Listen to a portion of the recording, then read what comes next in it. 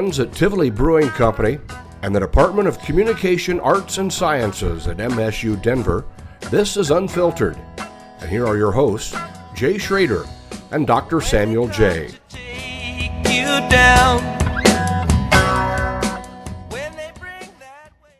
Hey everybody, wanted to let you know before we start this week's show about the SIP Beer Festival. That's the Shelter in Place Beer Festival Jay and I are putting on for the Colorado craft breweries that are out there, but specifically for their employees.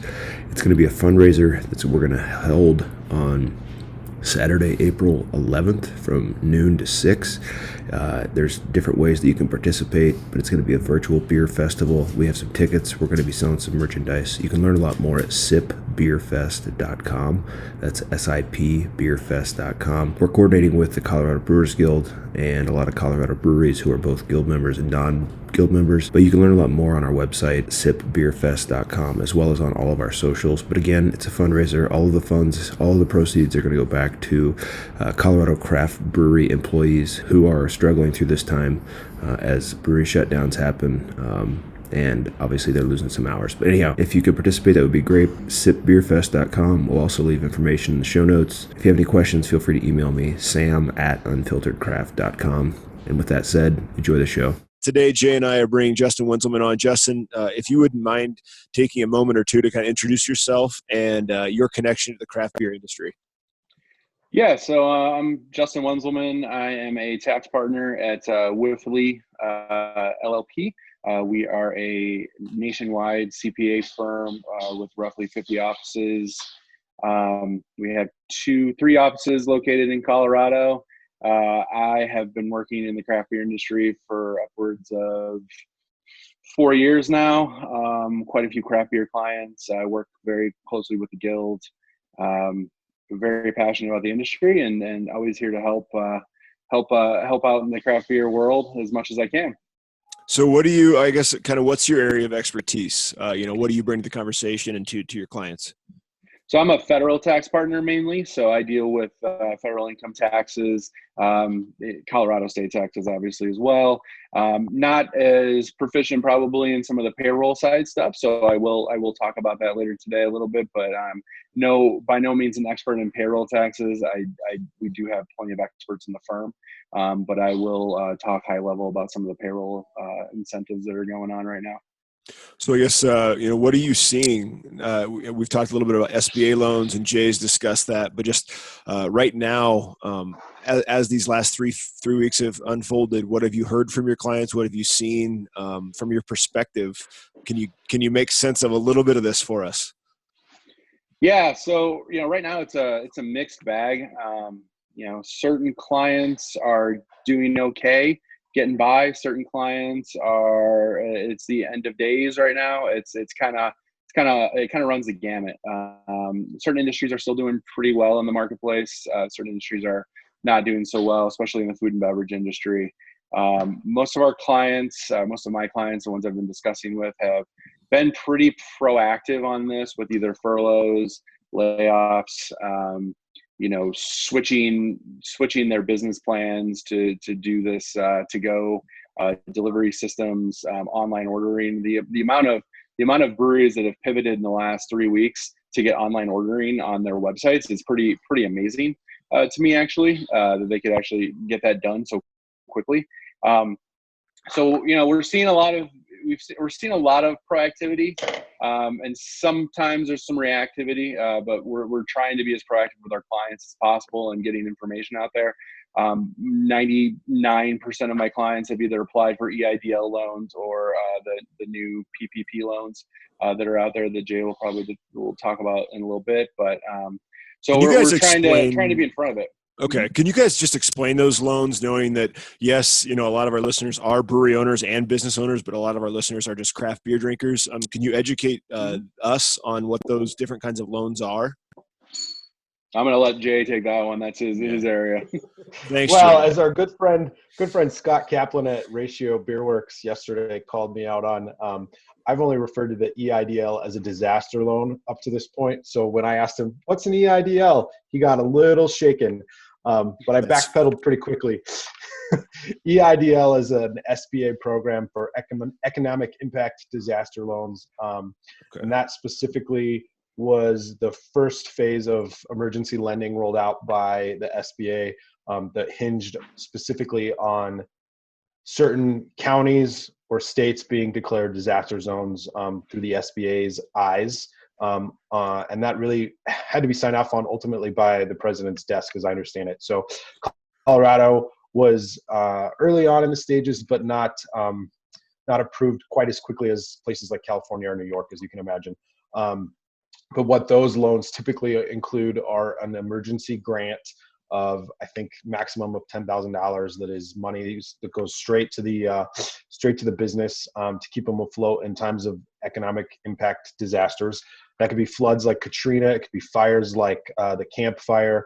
And apparently the unfortunate effects of the COVID-19 shelter-in-place orders all over the country. So that's an EIDL loan.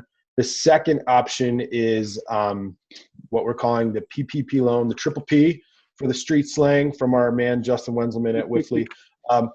Paycheck Protection Program. And the thing that people need to be aware of with PPP is that it's actually part of a broader program which was signed into law on Friday evening by President Trump, the CARES Act. CARES Act covers multiple aspects of disaster relief for businesses. CARES stands for Coronavirus Aid, Relief, and Economic Security. That's a mouthful. But PPP specifically is the Paycheck Protection Program that is one element of that allows for some forgivable loans to be made to businesses that have suffered the impacts of coronavirus. And the specific parameters of PPP are based on average payroll over the last 12 months, which is huge. And that's how your loan amount is calculated. People are seeing the number up to $2 million in lending available per business, and they assume that they can just put in a request for $2 million. Not the facts. Unfortunately, there's going to be a pretty rigorous process to determine what a business's average payroll over the last 12, I'm telling people 13 months, because they're going to look at it basically February 15th of 2019 through whenever the application goes through, or at least through February 15th, 2020. And then you can qualify for up to 2.5 times of your average payroll. Ultimately, assuming you hit certain benchmarks, metrics, and check certain boxes, once those monies are received, you'll be allowed to have most of that debt forgiven. Wow.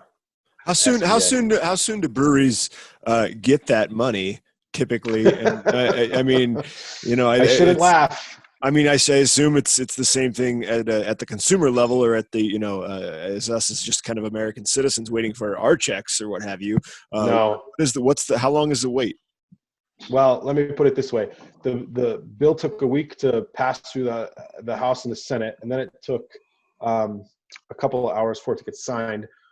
I started getting calls Saturday morning. I think Justin Wenzelman was my first or second text message, but I mean, my phone blew up on Saturday after the bill was signed officially. The caveat to all this is you can't just sign a bill and have the SBA have a playbook ready to go for it. So our biggest challenge this week has been waiting on the SBA to define its regulations and policies specific to these couple of loans available. So the application, as Justin was alluding to earlier, it's not even available at most banks. It's not available at all yet. It hopefully will be available by the time this podcast is released on Friday, Saturday, or Monday of the first weekend here in April. But that doesn't mean anything necessarily, because does it go to you and then you are able to kind of give it out? No, it's going to depend on the bank. So, okay. And this is probably the misconception, Sam, because you, speaking like a regular U.S. citizen, ignorant made it fool. seem like like you think you're going to get your check as a consumer or an individual. Great. Businesses do not get to qualify for that the same way. They actually have to do an application. They have to qualify. There's some pretty rigorous standards that are going to have to be met. I don't think it's a credit qualification necessarily. So credit scores and things like that aren't necessarily going to matter as long as your business has been impacted.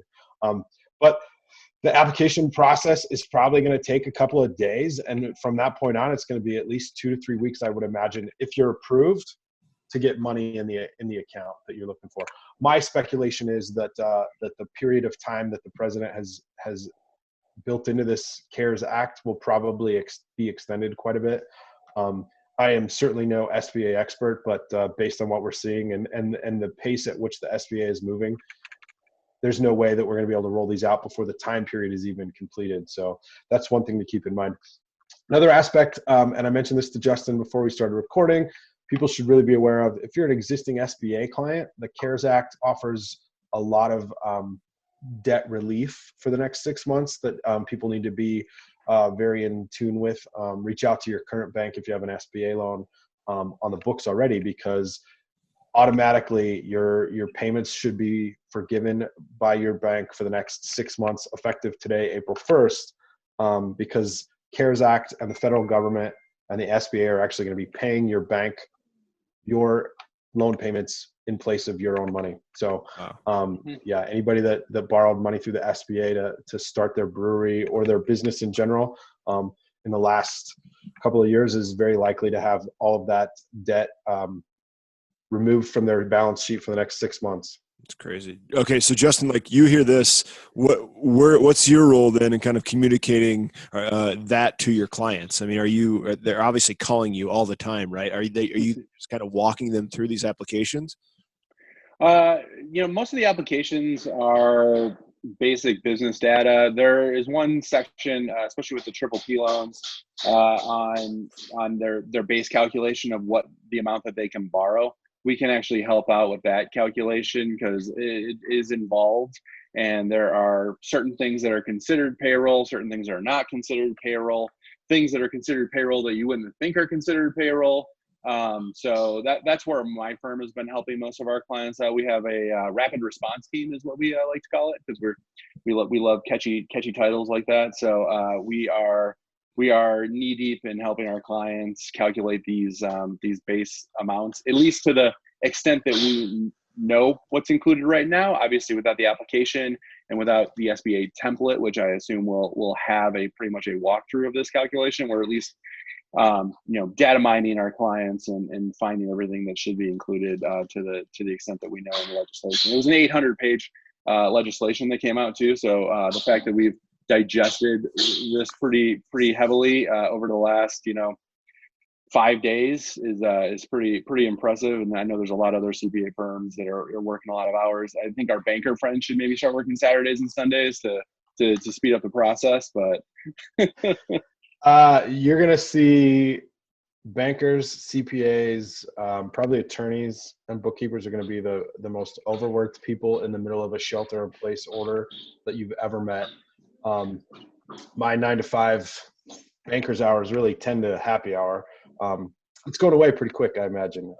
This week especially, the inquiries on PPP loans and CARES Act specifically, calls are coming in from all angles. And I made a couple of jokes earlier this week. I've had clients in my portfolio that I've never spoken to in over a year, but all of a sudden they're willing to talk to me because they want to know how they can get this money. And there's no time like the present to make a relationship with these people, but it's unfortunate the circumstances that we're having to do it under. So I don't mind working a little totally bit harder. agree with that.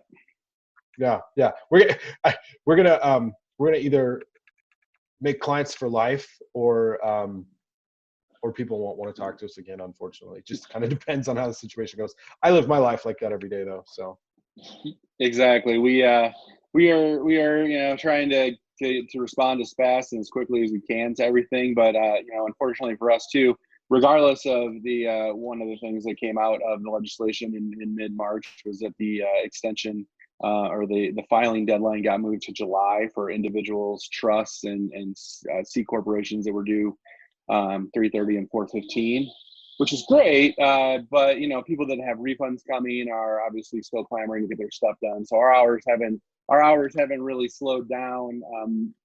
Preparing individual returns and trying to get refunds processed and through the door. But we now also have all this other stuff going on the side too to kind of take our time. So yeah, we haven't really slowed down on hours. It's been a little bit of change for us because most of us are used to either being in the office most days, or if we're working remotely, it's only once or twice a week. To basically, being 100% working remotely. And if I go into the office for 1 or 2 hours during the week, because I am considered an essential employee, so I can still actually go to my office. But I try to be there as little as possible. I have an immunocompromised son, so I'm trying to limit my exposure as much as possible. So aside from those loans that Jay kind of talked about, from your kind of vantage point, Justin, what other relief can you be offering to your clients in terms of just anything? I know you had mentioned payroll, you were going to jump into that, but what else? Yep. Yeah, there's I can kind of break down the highlights of the act. Obviously, any opinions of my own are specifically my own and not my firm. That's my little legal obligation there. Yeah, for sure. I should point that out too. I am not representing any kind of financial institution or the SBA on this interview. That makes sense. Thank you, guys. Yes. Full disclaimer. Full disclaimer. This is actually the first time that I've actually done my hair in like 2.5 weeks. So I appreciate you having me on. It made me feel like an adult again. That's good. Your wife appreciates it. All right. Your wife appreciates it.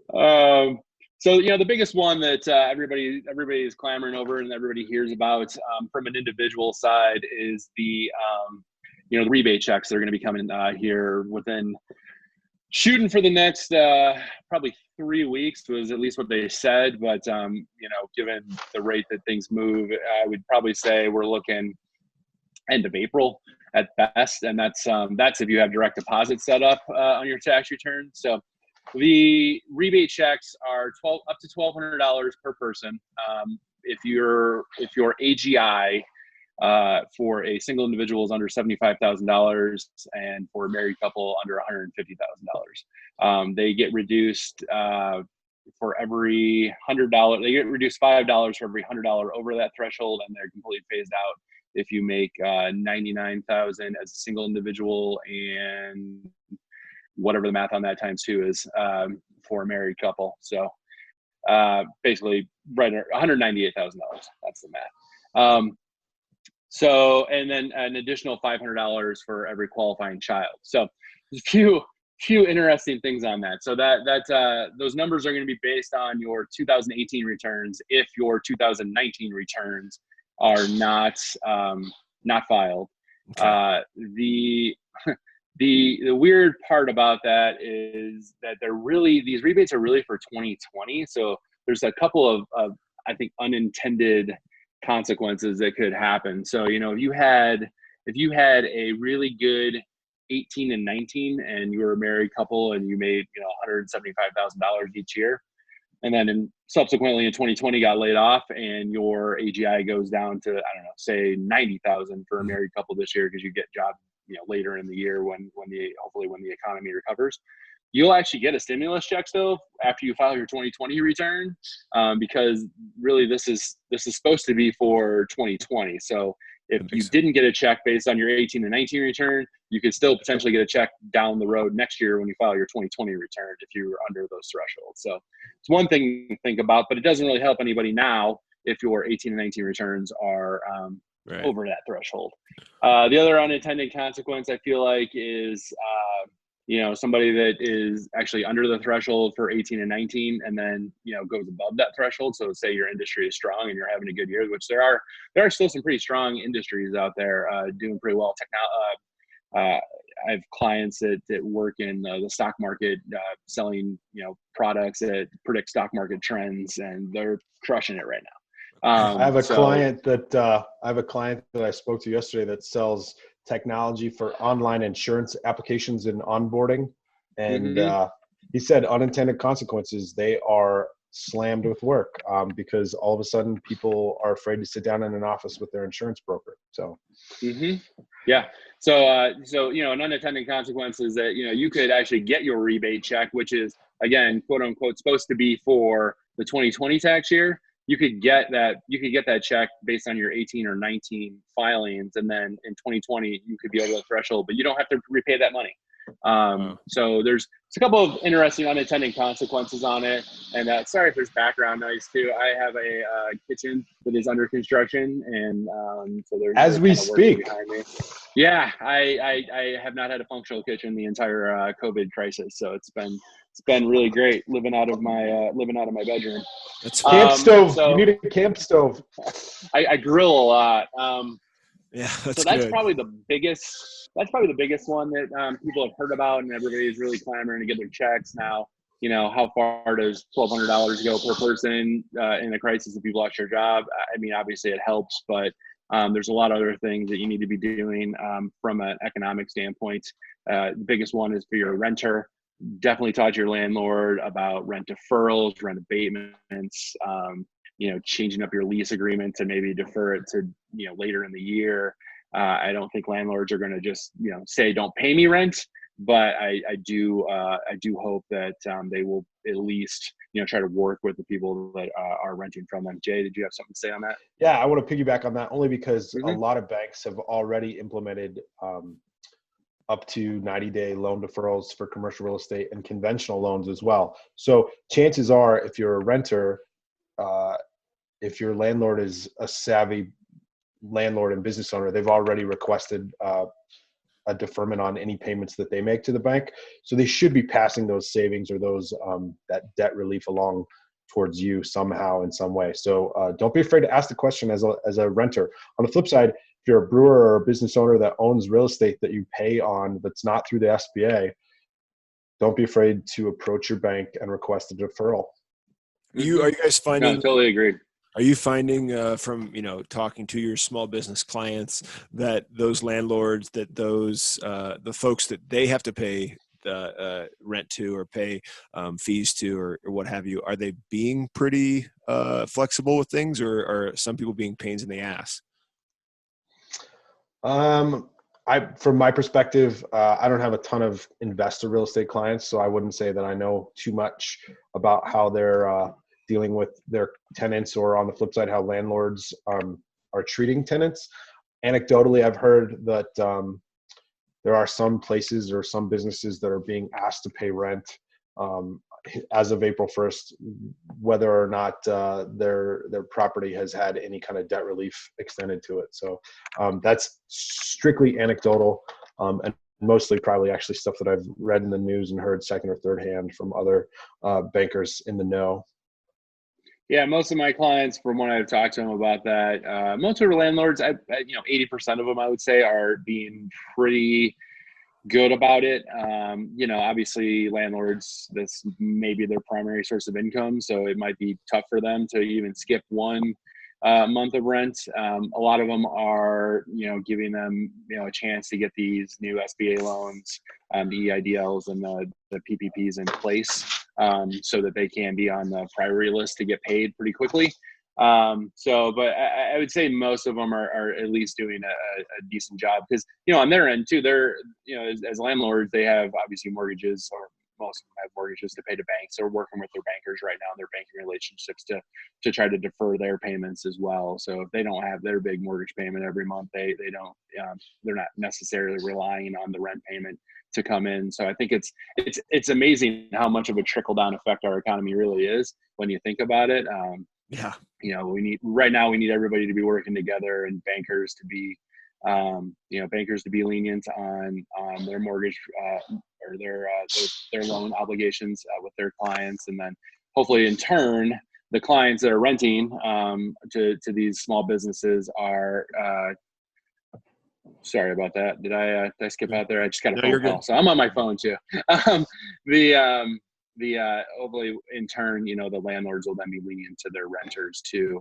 I think everybody right now, even in my industry, we're busier than ever, and I can bill through the wazoo, but does anybody have the cash to pay? That's going to be the hardest part right now, is cash collections for businesses, keeping cash flow strong, which is, I think a lot of this act was really just trying to keep people's cash flow strong. So there's, as I said earlier, there's some payroll tax forgiveness. There's some payroll tax deferrals that you can do under this act. The IRS is allowing you to pull out up to $100,000 from your your IRAs and 401ks without being subject to penalty. There's also a payback provision on there that you can do that's a lot longer than the normal 6-month payback period. It's over 3 years. It's a tough time though too when you think about that. People don't really want to pull their money out of their 401ks and their IRAs right now because the market's so down. You're going to miss the rebound in your 401k. So to the extent that you're closer to retirement, that might not be the best option for you. But some of us I can't say us. I'm almost 40, so I can't really say I'm in the younger generation. But people in their 20s and 30s, maybe that's an option to stay afloat if you've been furloughed or been on a temporary layoff. So that's one of the other functions of the legislation too. Out of respect for your time, both of you, because I know you have calls to make. Can you forecast what's going to happen with our industry, with craft beer, in the next 3 months, 6 months? What are you hearing? What are you seeing? Obviously, I think we're a long way from getting out of this in Colorado in particular. So I mean, what do you see happening to the industry, knowing that you've both been in it in some capacity for a while? The one thing that I've seen is just an amazing sense of resilience. I see posts on Facebook all the time. Everybody's right now. It's interesting because we're in a crowler shortage because everybody's doing to-go, so everybody's selling crawlers, and people are running out. But you have breweries like New Belgium stepping up and giving crawlers to ratio, so they can keep doing as many to-go orders as possible to keep the lights on the door and keep as many employees employed as they can. I've seen multiple stories like that. That's just one example. All the distillery client, I only have one distillery client, but the distilleries that I've seen around are there, pivoting quickly and making hand sanitizer, and some breweries too, even making hand sanitizer. Things like that are pretty impressive. Most of the breweries have gotten on board with the to-go options and the curbside pickup and all that stuff. So I think it's going to be a struggle. There's going to be some cash flow issues. I'm hoping that these loans will provide some assistance depending on how long this pandemic lasts. I would not be shocked to see more legislation come through and more money pumped into the economy. But that's just what my crystal ball can see right now. There's going to be some fallout from this. There's going to be some breweries that probably will have to close their doors. We did a webinar last week, I believe, and had the former owner of Fate Brewing on there. And he kind of just went over the signs that he saw and things that he saw when they had to, go into Chapter 11. And it's a sobering conversation, but it's probably one that some brewery owners are going to really have to consider doing and looking at and being ahead of it instead of behind it. You don't want to just keep robbing Peter to pay Paul. So it's something to think about. But I think the industry overall is going to be here, and it will come out the other end of this. I think it's going to come out a little differently. I think there's going to be more opportunities. I think these to-go and delivery options, I'm not saying that they're here to stay, but I bet you we're going to probably lobby for it to stay. Because I think a lot of breweries are seeing that it's a viable business option, and it's a viable option to have. So we'll see how that goes. I think a lot of businesses in general, when we come out the other side of this, I think business and how we do business is going to change. I think a lot of companies are going to realize, hey, why are we paying so much money for all this office space when our teams function perfectly, remotely? I think you're going to see I think you're going to see a little bit of that going on too. But I think the craft beer. Sorry, before what in terms of delivery and to go, have you seen those numbers yet? In terms of is it really sustaining these breweries? Is it helping them? I mean, it's obviously helping them, but is it enough to keep them afloat? It's not enough to keep them afloat. I have clients that have pivoted from their taproom sales to, just distributing more to liquor stores because liquor stores, as you said, a lot of people are going out and it's buying you're not buying, a 6-pack now. You're buying 2 cases because Yeah. you're trying to sustain yourself for a week or two. So liquor stores are still doing pretty well from a sales standpoint. So I have a lot of clients that are pivoting their canning lines and just doing all their taproom sales or canning now and distributing more out to liquor stores. The to-go stuff is, it's not going to sustain them. It might help keep the lights on. It might help some cash flow. It's not going to be sustainable for, a 6-month period. We're really hoping that maybe after this month, it'll start getting a little bit more back to normal. No one can really predict that. As Fauci said, who I listen to on probably a nightly basis, I mean, the virus really kind of dictates the timeline for all of this. So, as this drags on, it gets tougher and tougher on these guys. Their cash flow is not, it's a thin margin business at the end of the day. Yeah. Just like restaurants. I mean, the cash flow in what you have for a runway is not super, super long most times.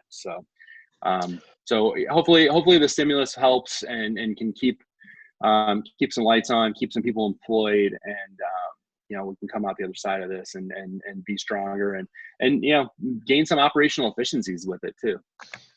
I think that's probably the biggest thing, Justin, is you're going to see brewers, they're going to get more creative. They're going to be more efficient. They're probably going to be open to more ideas than they were 6 months ago. Off the cuff, Justin and I talked about a couple of different breweries that were considering canning and chose not to do it in the last 12 to 18 months, and they're probably regretting that decision right now. On the flip side, I think you're going to see a lot more collaboration fostered between breweries. Obviously, there's been a spirit of camaraderie already, but I think you're going to see that much like the Strange Craft and Sam, help me out here, Strange, and who's the other guys that share space? I mean, I think Wits End. you're going to find Wits End. Thank you, Justin, since Sam's not paying attention. I'm listening to you. You're good. All right.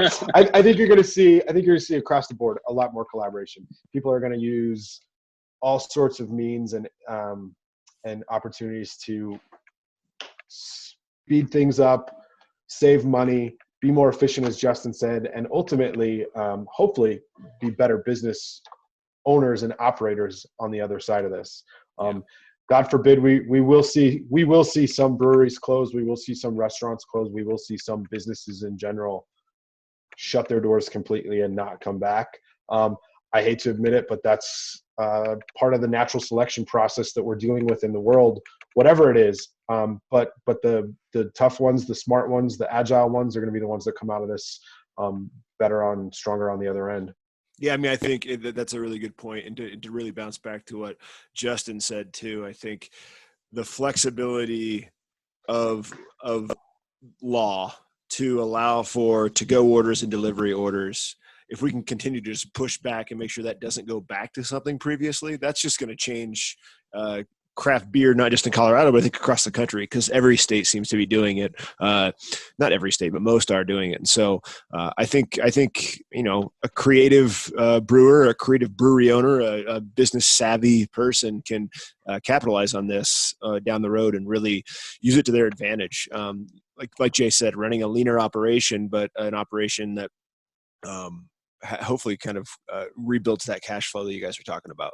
Do you have anything else to add before we close up shop here? Anybody smart out there would be going back into mobile canning. I'll tell you that right now. Well, I know the mobile canning, the Cody especially is one I see a lot of online posts about going out there and helping out breweries that don't have the canning capabilities and really keeping some of these places afloat, getting 6-packs out there for them. So that's amazing to see. I would say in Colorado we're very fortunate to have a very strong guild. When they actually put the shelter in place, breweries were not exempt or not, an essential business originally. They fought very hard to get that reversed within, less than 24 hours. There's certain states that don't have that. So, we are very fortunate in Colorado. I was actually on a call with the Georgia. We're doing a webinar for the Georgia Guild. My firm has a national beer practice. It's not just Colorado. So I've been kind of involved in some other states as well. And, they were defined as essential, but they don't have the delivery options, and some of their to-go stuff is a little bit more restrictive. So we're very fortunate to have that. But last thought on it is just definitely reach out to your professional service people. If you don't have people, reach out to somebody that can help you navigate this. If you don't have banking relationships, call Jay. If you don't have a CPA relationship, call me. 303-895-JAYS. Straight up, that's myself. 303-895-JAYS. If you're a do-it-yourselfer, which I don't suggest in these times, Wipfli, WIPFLI.com. We have an entire COVID resources page. It has a lot of webinars, a lot of links to a lot of very good sites and good summaries. Just stay on top of it and be as proactive as you can. I know it's overwhelming right now, and there's so much going on, and most people don't have employees anymore, or very few employees. So a lot of these owners are doing it themselves. So it's really hard to stay on top of this side of stuff, but it's very important for the well-being of your business. So just stay informed and stay in contact with your service providers as much as possible. Awesome. Cool. All right. Well, you two, thank you very, very much for joining. Jay, of course, my usual co-host, became the expert today, which was really, really cool to see. Justin, very rare. Justin, thank you so much. We look forward to kind of partnering for the upcoming SIP Beer Fest. Folks, if you have questions and you weren't, if you have questions, if you could, if you're cool that I can put your email contact in the show notes, if you're all right with that, Jay, I can do the same for you. Perfect. Experts. Okay. Not Jay. Okay. All right. I will do it. I will do it for Justin though. Okay. So that way folks can reach out if they've got questions. But thanks so much, guys. Be safe and continue to support our local craft brewers. Hey, cheers everybody. Thanks. All right, see you guys. Cheers.